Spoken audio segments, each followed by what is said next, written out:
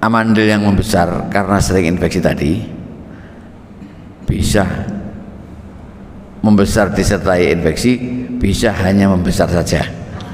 Jadi karena dipaksa bekerja, sering bekerja, maka dia membesar, atau karena juga infeksi. Nah, sebenarnya yang amandel yang membesar itu tidak selalu harus dioperasi. Kalau pada anak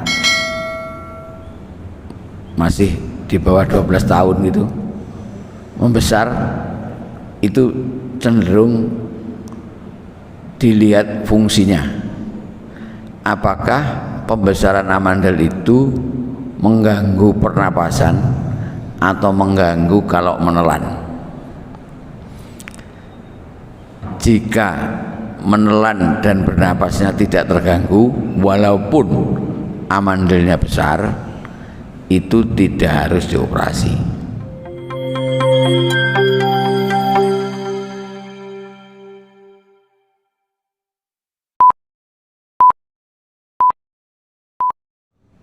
Bismillahirrahmanirrahim.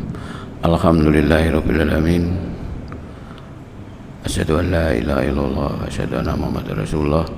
Allahumma sholli ala Muhammad wa ala ali Muhammad kama shallaita ala Ibrahim wa ala ali Ibrahim wa barik ala Muhammad wa ala ali Muhammad kama barakta ala Ibrahim wa ala ali Ibrahim innaka Hamidum Majid.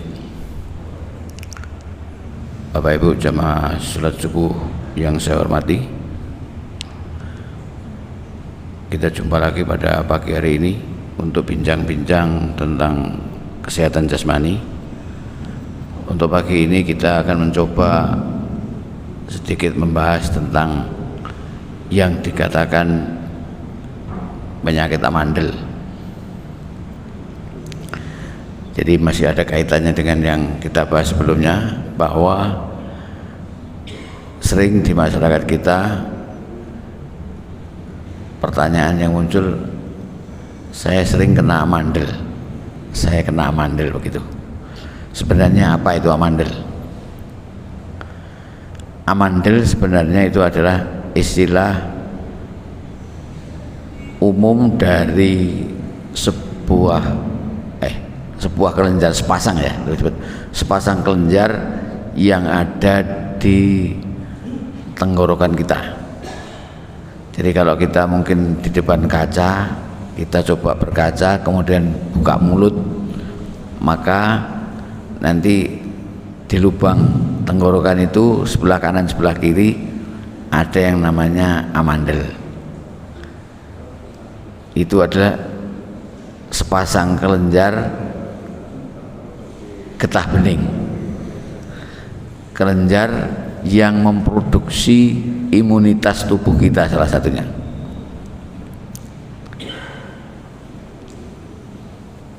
Jadi kalau kita terkena infeksi tenggorokan, termasuk dalam hal ini batuk pilek, maka kelenjar amandel itu akan bekerja untuk mencoba membuat imunitas kepada tubuh kita. Nah, biasanya yang dirasakan kalau infeksi tenggorokan itu ya kalau menelan sakit, tenggorokannya terasa panas kalau menelan sakit. Walaupun menelan sakit itu bisa juga karena awal dari gejala batuk pilek biasa, batuk pilek hanya batuk pilek saja. Itu kalau kita menelan maka akan terasa sakit pada hari pertama, hari kedua biasanya begitu. Tetapi kalau infeksi tenggorokan ini sakit terus, dia belum tentu disertai batuk pilek, hanya menelan sakit, badannya greges, panas, biasanya gitu. Kemudian kalau menelan atau tenggorokannya terasa sakit. Nah, pada anak biasanya ini disertai dengan misalkan dia tidak mau makan, dia kalau bagi yang masih bayi tidak mau begitu nyusu karena ada kesulitan menelan. Kalau pada anak-anak ini sering kali menderita infeksi tenggorokan, maka bisa menimbulkan kelenjar amandel ini membesar. Membesar itu karena apa? Karena dia terus-menerus bekerja untuk membuat imunitas tubuh, sehingga amandelnya kelihatan membesar.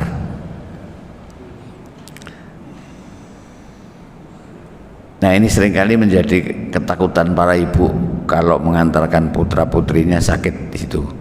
Ini gimana Pak Dokter? Apakah anak saya kena amandel? Gitu-gitu. Karena kalau konotasinya, kalau sudah kena amandel itu biasanya dioperasi. Amandelnya dioperasi. Jadi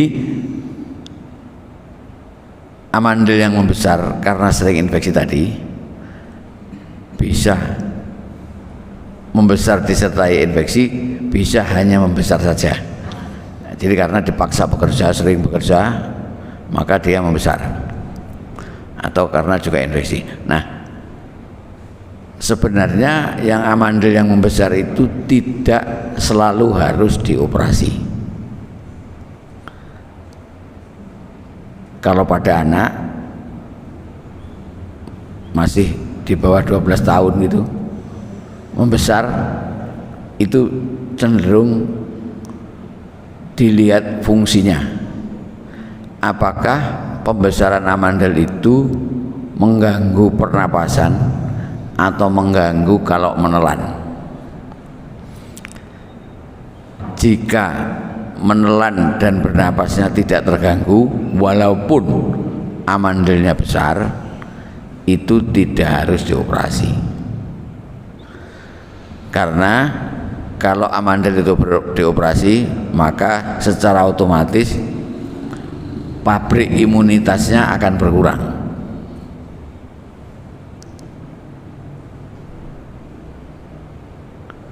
Nah, kalau misalkan itu membesar, itu cenderung dibiarkan. Kalau tidak mengganggu ya, tidak mengganggu, dibiarkan sampai dia usia sekitar 17-18 tahun.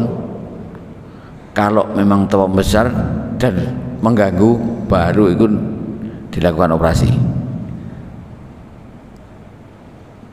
Jika mengganggu atau mengganggu pernapasan atau mengganggu proses makan.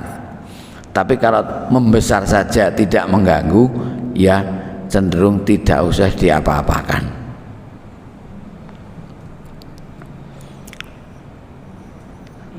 Jadi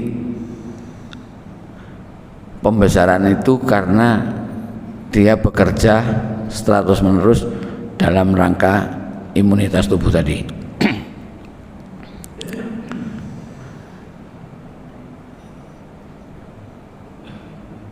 Nah, kalau pada orang-orang yang sudah dioperasi, misalkan ketika itu dinyatakan terganggu dan nafas atau makannya itu terganggu, kemudian diambil dioperasi, dilakukan operasi amandel tadi, maka biasanya orang-orang yang amandelnya sudah tidak ada, itu kalau kena batuk pilek memang cenderung lebih panjang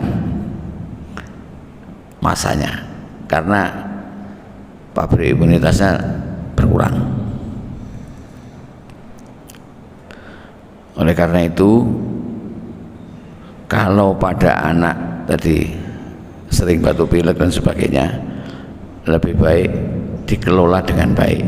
Artinya jangan dibiarkan cuma batuk pilek. Itu lebih baik dilakukan penanganan yang sesuai sebagaimana mestinya. Karena apa? Karena kalau anak itu sering kena batuk pilek, salah satu efeknya nanti ya amandelnya membesar tadi. Kalau amandel besar, nah, nanti kembali lagi fungsinya dilihat, apakah dia menelannya terganggu, apa bernapasnya terganggu.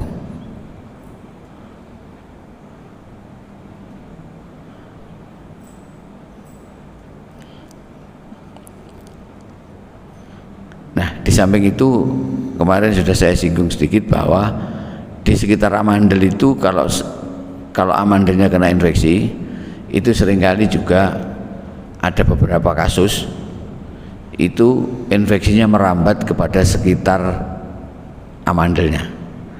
Jadi infeksi di amandel itu merambat kepada sekitarnya. Itu yang cukup berbahaya karena di situ seringkali bisa muncul semacam abses di sekitar amandel. Abses itu disertai dengan gejalanya ini panas tinggi biasanya. Menelan pun dia sangat sulit. Bernapas juga terganggu. Nah, di sana kalau kelihatan biasanya kalau kita lihat di ini depan kaca gitu biasanya memang ada merah sekali di tenggorokannya itu disertai dengan adanya ya tanda-tanda abses itu. Itu yang berbahaya. Itu kalau sudah abses di situ suatu ketika perlu dikeluarkan proses nanahnya yang di sekitar itu, di sekitar amandel itu.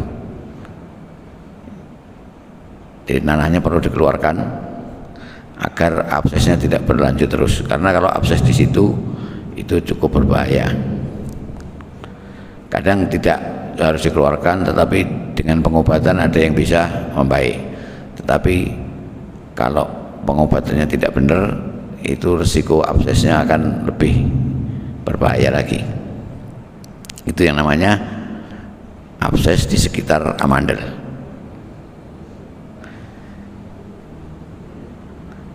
Jadi sekali lagi amandel itu seringkali menjadi pertanyaan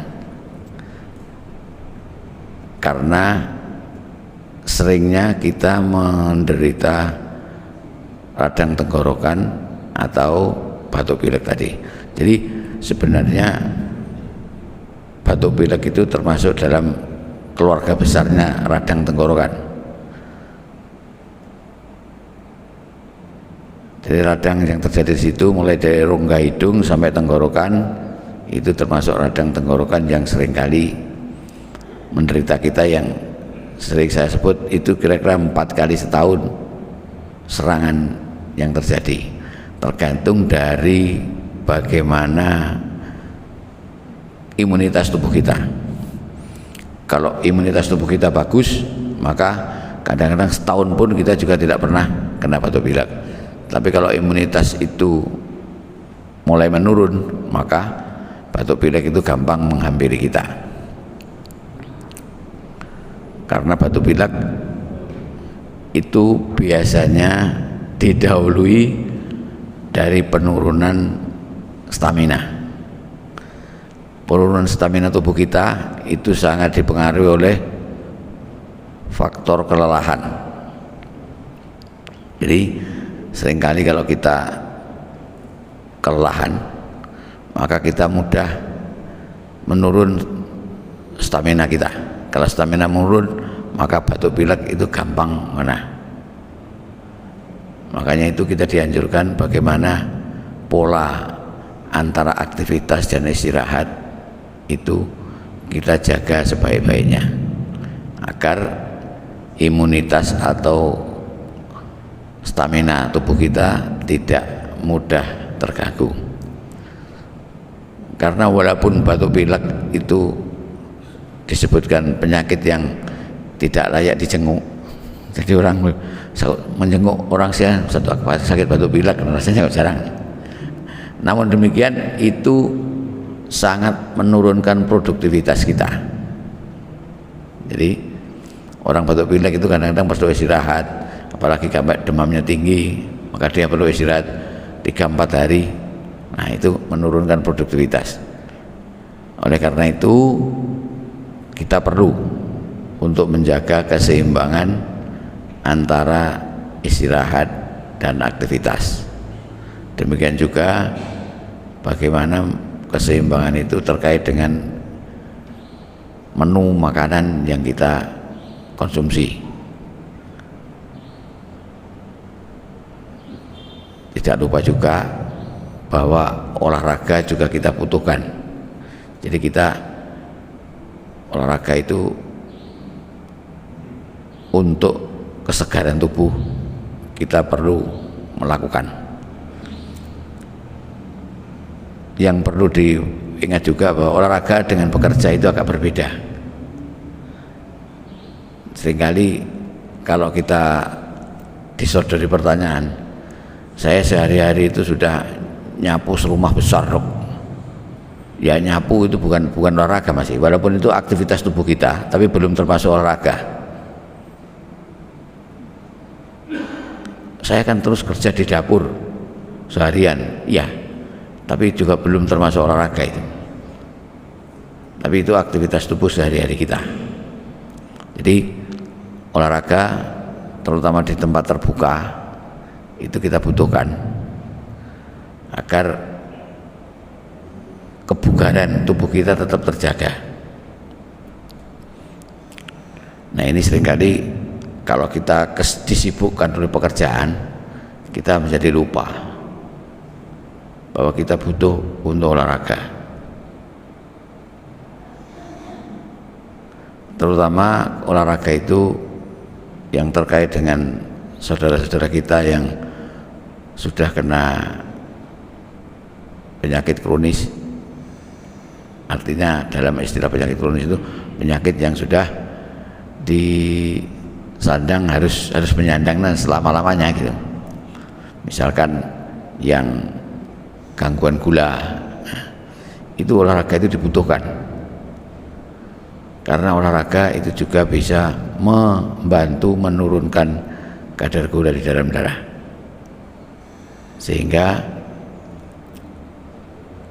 walaupun hanya setengah jam sehari, biasanya dianjurkan itu setengah jam sehari dan 5 kali dalam seminggu. Itu kalau yang mengalami gangguan gula, itu perlu dilakukan olahraga agar kadar gulanya menjadi lebih baik. Dan saudara-saudara kita yang kena gula itu, kalau kena infeksi batuk pilek begitu biasanya harus lebih cepat ditangani daripada yang tidak kena gula.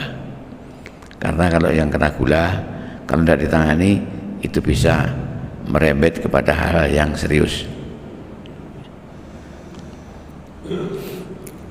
Itu diantaranya. Kembali lagi kepada amandel tadi. Jadi amandel sering diderita oleh anak ini. Pada anak-anak seringkali kalau kita lihat di tenggorokannya itu amandelnya membesar. Tidak usah khawatir selama tidak ada gangguan menelan dan gangguan nafas itu. Memang mereka kalau sering kena batuk pilek tadi, maka amandelnya cenderung membesar.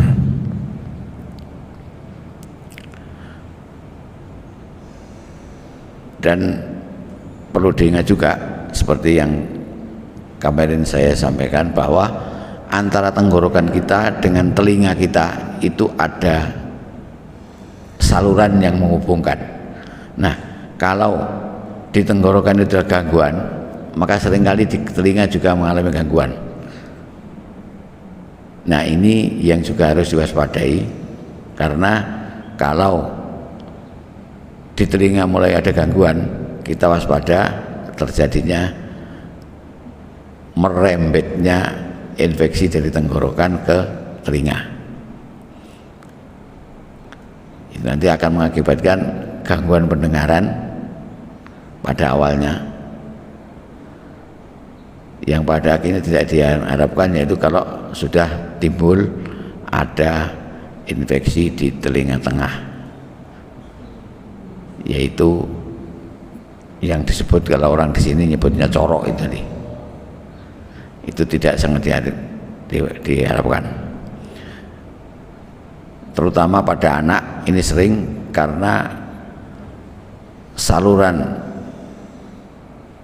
tenggorokan dan telinga itu pada anak cenderung kondisinya lebih mendatar daripada orang-orang dewasa. Nah, kalau lebih mendatar, maka merembetnya infeksi itu lebih mudah daripada yang pada orang dewasa.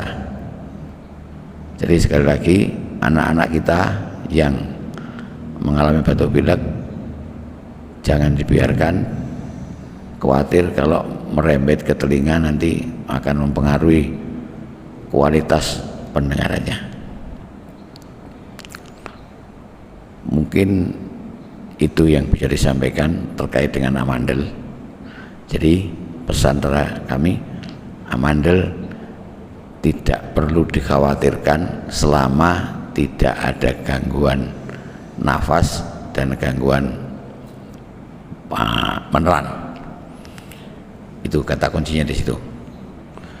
Mungkin itu sedikit bisa membantu membuat kita lebih sehat, lebih baik, agar kita bisa beraktivitas dan beribadah dengan baik. Demikian bisa sampaikan. Mari, ada yang bertanya? Monggo Pak Sidik.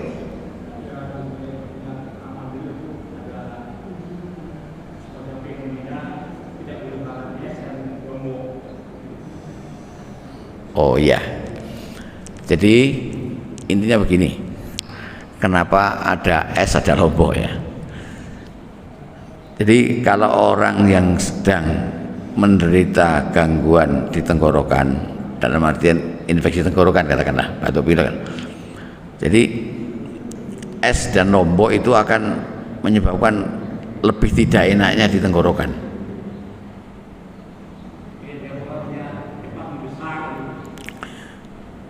Membesarnya amandel bukan karena es dan lombok, tetapi karena seringnya kena infeksi itu. Jadi kalau kita menderita radang tenggorokan, kemudian kita makan es makan lombok, itu justru tidak membuat lebih bagus gitu loh maksudnya. Dia justru karena pedas maka tenggorokannya lebih tidak enak. Karena es itu antara perbedaan di sini panas dikasih dingin, perbedaan suhunya sangat jauh, itu menjadi tidak bagus. Jadi lebih baik minum yang hangat, jadi tidak menyebabkan perbedaan suhu yang berbeda. Nah kalau yang pedas tadi, kalau sudah pedas orang ini di sininya malah tidak enak nanti. Tetapi sebenarnya saya pernah baca di salah satu artikel itu, untuk khusus batuk pilek yang tidak ada gangguan tenggorokan, itu di salah satu senter penelitian itu diteliti tentang ekstrak lombok yang diberikan kepada orang-orang yang kena batuk pilek. Itu hasilnya memang bagus. Namun demikian, dari ekstrak lombok itu kemungkinan ada dua hal ya. Ada zat kandungan apa yang satunya kita belum tahu, tetapi lombok itu salah satu sumber vitamin C. Jadi di dalam lombok itu ada vitamin C yang cukup tinggi. Makanya itu kalau kita makan lombok itu sebenarnya kita konsumsi vitamin C juga.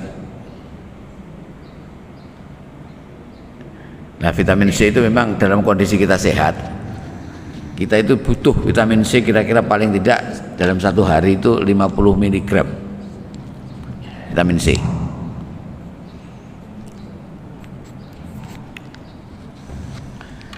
Vitamin itu memang kebutuhannya tidak banyak, tapi kita selalu membutuhkan. Jadi kalau kita ngomong di ilmu gizi, bahwa gizi itu ada gizi makro dan gizi mikro. Gizi makro itu diantaranya ya urusan karbohidrat, protein, lemak, itu adalah gizi makro. Gizi mikro diantaranya ada vitamin, ada mineral, nah itu. Nah kalau gizi mikro diantaranya kita butuh vitamin C. Makanya itu makan lombok juga ada baiknya karena di sana ada vitamin C. Cuma kalau terlalu banyak nanti juga mengganggu. Ada orang tertentu yang tidak kuat pencernaannya kalau makan lombok langsung, apalagi yang sudah ada gangguan, misalkan apa namanya ya, itu ambeien. Itu orang ambeien kalau makan lomboknya banyak-banyak maka dia bisa merangsang ambenya menjadi, karena di Lombok tidak hanya vitamin C tapi banyak zat-zat yang kita juga belum bisa deteksi secara keseluruhan. Tapi memang yang tadi penelitian itu ada ekstrak Lombok itu untuk mengobati batuk pilek. Mungkin begitu antara tenggorokan dengan Lombok dan es. Ya, monggo. Apa makanan atau vitamin yang memperkuat atau menjaga kestabilan pengambil zat? Semua vitamin dibutuhkan untuk menjaga itu, Pak, sebenarnya. Jadi secara umum kalau kita ngomong stamina tubuh kita, maka kita harus ada minimal ada 6 zat yang kita butuhkan, yang harus ada di setiap hari makanan kita. 6 zat itu apa? 1 karbohidrat, jadi 2 protein, 3 lemak, 4 vitamin, 5 mineral, 6 air.